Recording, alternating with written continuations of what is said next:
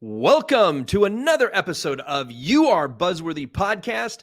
Hope you are doing well and staying profitable. Today, we are diving into the operations of your business. Specifically, what the hell are you doing working in your business and not on your business? You know what I'm talking about. You're an expert in your field, and so you're the brainchild for everything that goes on in your business. I know I've been guilty of it. We all have at some point of our entrepreneur careers. But today, we are going to break the cycle. And to help me along is my friend and fellow vetrepreneur, Adam Liette. Adam is the founder and director of Smooth Operations, not to be confused with Smooth Operator. But I digress. He helps entrepreneurs create the systems and workflows needed to scale online companies. As the former director of operations for Musical You, these systems tripled the team size and increased revenue by over 600% in 2 years. Get this, the 2 Comma Club award from ClickFunnels. Who are my Russell Brunson fans out here? Do I have your attention now? He is a 12-year veteran of U.S. Army Special Operations, a seasoned authority in psychological warfare and influence operations, in addition to having an MBA. I'm out of breath. Welcome to the show, Adam. Buzz, I got to match your energy right now, brother. You are super excited, and now you got me all excited. So thank you so much for having me. It's an absolute pleasure to be here, and can't wait to dive into these topics. This is awesome. So you got out. When did you get out of the service? I left active duty in 2018. Okay. I'm still a reservist. About 4 years left till retirement. So Nice. keep churning. I'm almost there, brother. So you went from special operations to pushing a desk, or what do you got going on? Oh, dude, it's worse. They found out I am in sales and marketing, and I can do closing. And they recruited me to be a retention NCO. NCO. Okay. Yeah, So I talk people into re-enlisting. Oh, that is hilarious. I was waiting for you to say they recruited you to become a recruiter, which is like the car salesman of the military. Oh, it's worse because I got to sell the used car to the person that already owned it. Yeah, you got to resell the car you already own to somebody. I love it. So you dove into this Musical You, and tell me a little bit about the Musical You, what it is. Like, give me the elevator pitch for that. Yeah, so Musical You is, they believe, sorry, I'm still attached to the mission, as you can tell, which is a huge part of culture.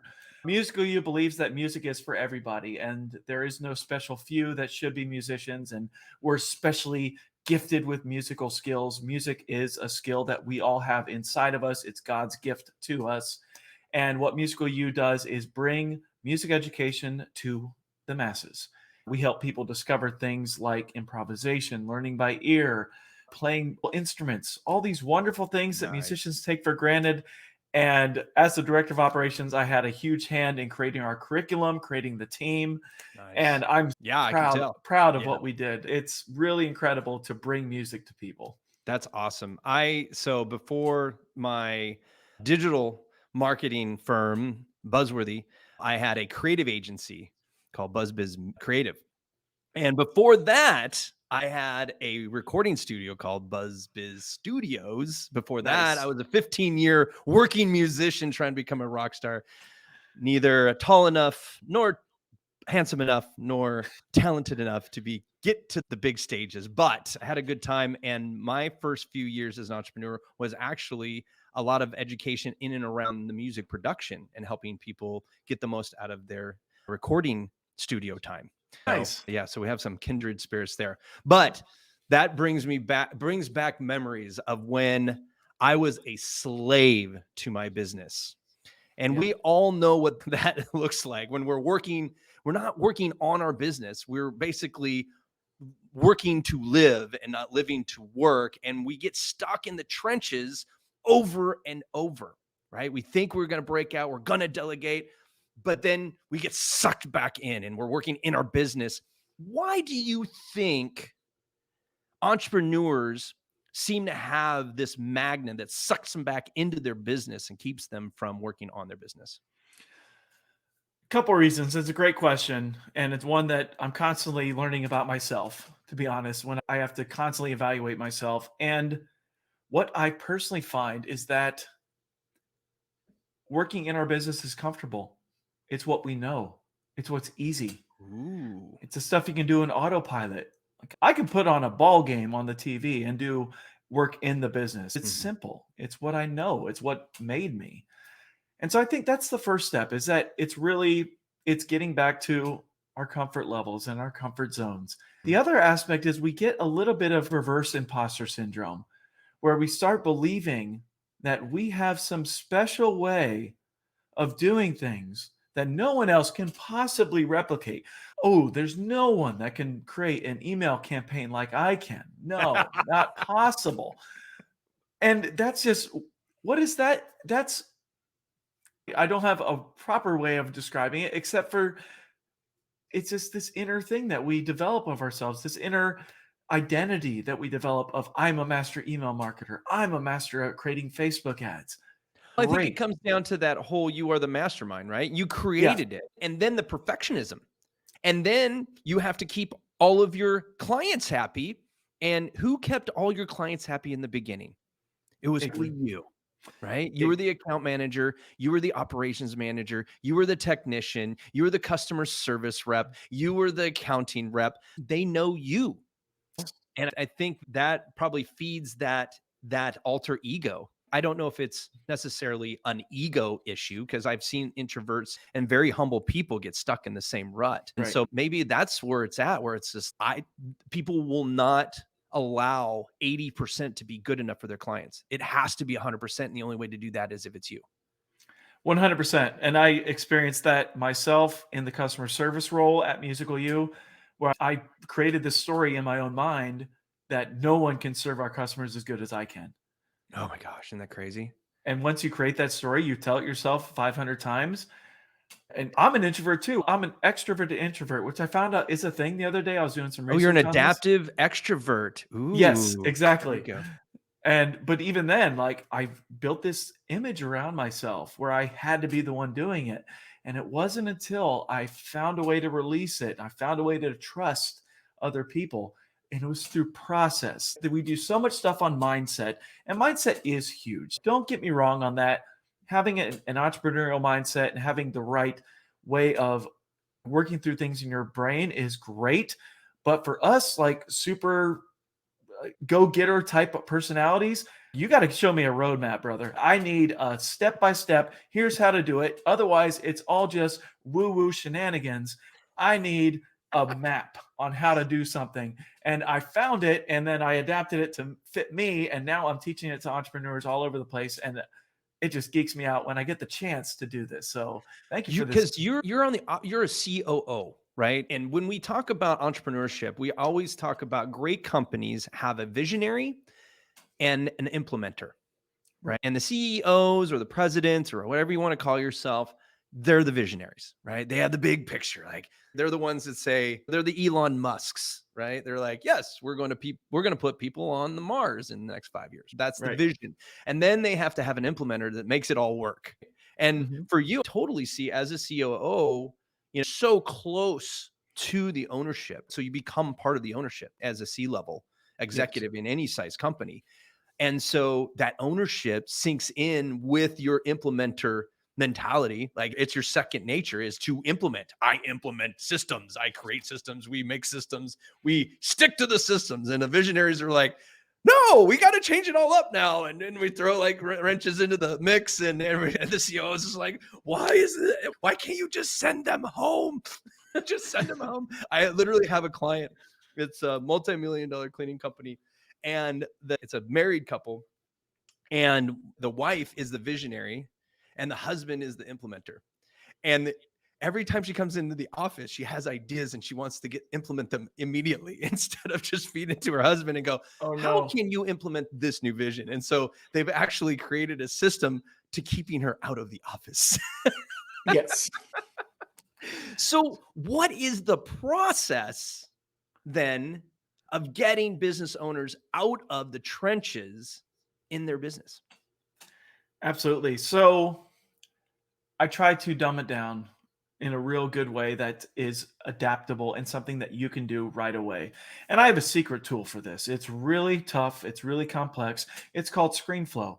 It's downloadable online for a certain amount of dollars or whatever you use. ScreenFlow's Mac, if you use Camtasia or just whatever screen capturing software that you have. The platform doesn't matter. And that's what's beautiful about it. The key is to capture what you do. So what I do, and I feel like a crazy person every time I do it, and that's fine. Be crazy for a little bit. What I'll do is I'll record myself doing a process and I'll talk myself through doing the process. I'll give instructions to myself. Okay, first we're going to go here and we're going to click over here. And what that's going to do is going to bring up our menu options. It sounds ludicrous, and it is. And you find yourself going, what am I doing? This is insane. You're teaching yourself in a way. You're creating this video, this walkthrough process of how to do what you do. You're documenting your expertise. And here's the crazy thing that happens, Buzz, when you're doing this. You're going to find ways of optimizing what you've been doing. Right. You're going to go, that doesn't make a damn bit of sense. Why am I doing it that way?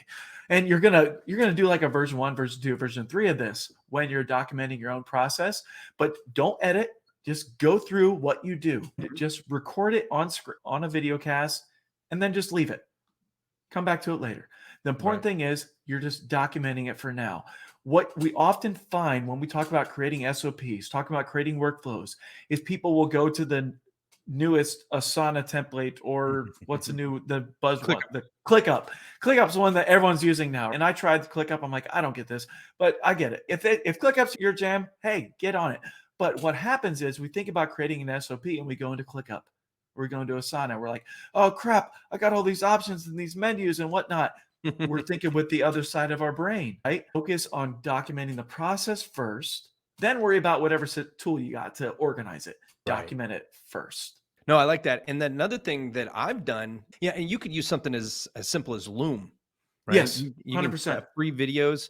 One of my friends, Mike McCallowitz, in his book, he talks about just using the record function on your computer, where you can just have your face there and your screen sharing it, and then just upload them to Google Drive, right? And just have them all there. That's a rudimentary version. But one of the things that I notice is that when you create one of those and then give it to somebody in your business to do, and then have them give feedback on the steps and find out where they get stuck. Yep. Because there's a lot of, it's funny because my best experts in my company, when I ask for an SOP, they give me the 5 steps, right? But none of the actual steps. It's the 5 phases of the project, not the actual step by step. You need to log into this URL. And then once you're in, you need to go to this. And there's actually another one you might want to check out. It's called scribehow.com. I've heard of that. Is that? Yeah. And so we're trying that one out. There's a free version, which is nice, but it creates those SOPs for like ClickUp. And then if you put those together with a video, I found trainual.com is a paid version of creating processes like you're talking about. They tout putting video and the written step-by-steps because people learn how to do things differently. For sure. And one thing I would do is if I was offloading something, so I would document it in that video. And as far as turning it into an SOP, turning it into something in a Google Doc or ClickUp or Asana or whatever, I would actually have the person that was taking it over for me do that part. Yes. So they had to take the video portion, turn it into something else. And what am I really doing? I'm reinforcing learning because learning modalities are a thing. Like prior to all this stuff that you read in my bio, I'm an educator at heart. I've been teaching since I was 15 years old. And I'm a teacher. That's what I do. And so I know if I reinforce things through different ways and have people become a part of the process, not only are you reinforcing the learning, you're giving them ownership, brother. And when people have ownership of a process, Cialdini talks about that in his book, Influence, which if you haven't read it, it's great. When people have ownership and they have a commitment and skin in the game, brother, they own it. And it's now theirs. It's not, oh, this is Adam's process for doing X, Y, and Z. This is how we do things, right? It's how I do things. And it's just this wonderful little trick. I think you could take it one more step, and they actually do own it once they've created it. So that way, if anybody has a question, they don't go back to you, they go to that owner. Yes. And then when something's broken or it changes, guess who gets delegated? Who's got ownership of that process is that person. And then if they leave, whoever finds the issue, guess what? They own the process now, and you don't ever have to do it again. So I think that brings me to one of my last questions, which is, when we know that people get entrenched with their business, just everybody's dealing with some type of that, right? So what can an entrenched business owner do this coming week if they're ready to start digging themselves out of entrepreneurial poverty? And when I say that, I mean talking about they are spending time, which is money, right? And making themselves poor because they're leaving less time for themselves. How do they take back their lives and become an actual business owner? How can they start that this week? First, it's really simple, and you need to take stock of what you're doing. You need to have full transparency and self-awareness and brutal ownership of everything that you're doing in the business. What I do when I do this, it's called a time study, and I teach the full method on how to do it inside my membership. But it's documenting every 15 minutes of every day in your business, every task that you're doing. If you want to start this just rudimentary, literally open up a new Google Doc or new Evernote, whatever. And every time you change task, every time you're doing something different, what are you doing now? Take full stock over your entire week of work. And then at the end of the week, rack and stack what you're doing. What's the stuff that's your task that you don't need to be doing anymore, that's easy to do? You can teach someone else to do it easily. And here's the really tricky part, Buzz. It's, what are you best at doing? The thing that you're best at doing is actually the first thing you need to offload.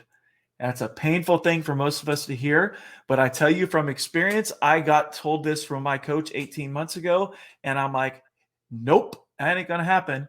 And I walked away. I'm like, crap, I got to do that, don't I? Okay. And when I did it, not only did I realize I can offload absolutely anything I do, it was this really great momentum boost to myself, but it freed up the creative space in my brain to open an entire new revenue generating branch of the company, where I alone, with that creative free space, generated almost $1 million in a year alone, because I suddenly had time. I had time to be creative and create something new that was making my business money, getting us new customers, making me happy as all can be, because I was creative and I could do things that fulfilled me, and it helped the business grow. Dude, I'd do that again in a heartbeat. And it's the thing I got to keep always on my mind. If you're good at something, Adam, you got to offload it. You got to systematize it. And it's a constant thing. I just keep going over and over again. But for your step right now, this week, document everything you do, then rack and stack them and start preparing to offload. And that's our mic drop moment. And we will call that a wrap. I'll stop recording. Good job. Right at 20 minutes. What? That never happened.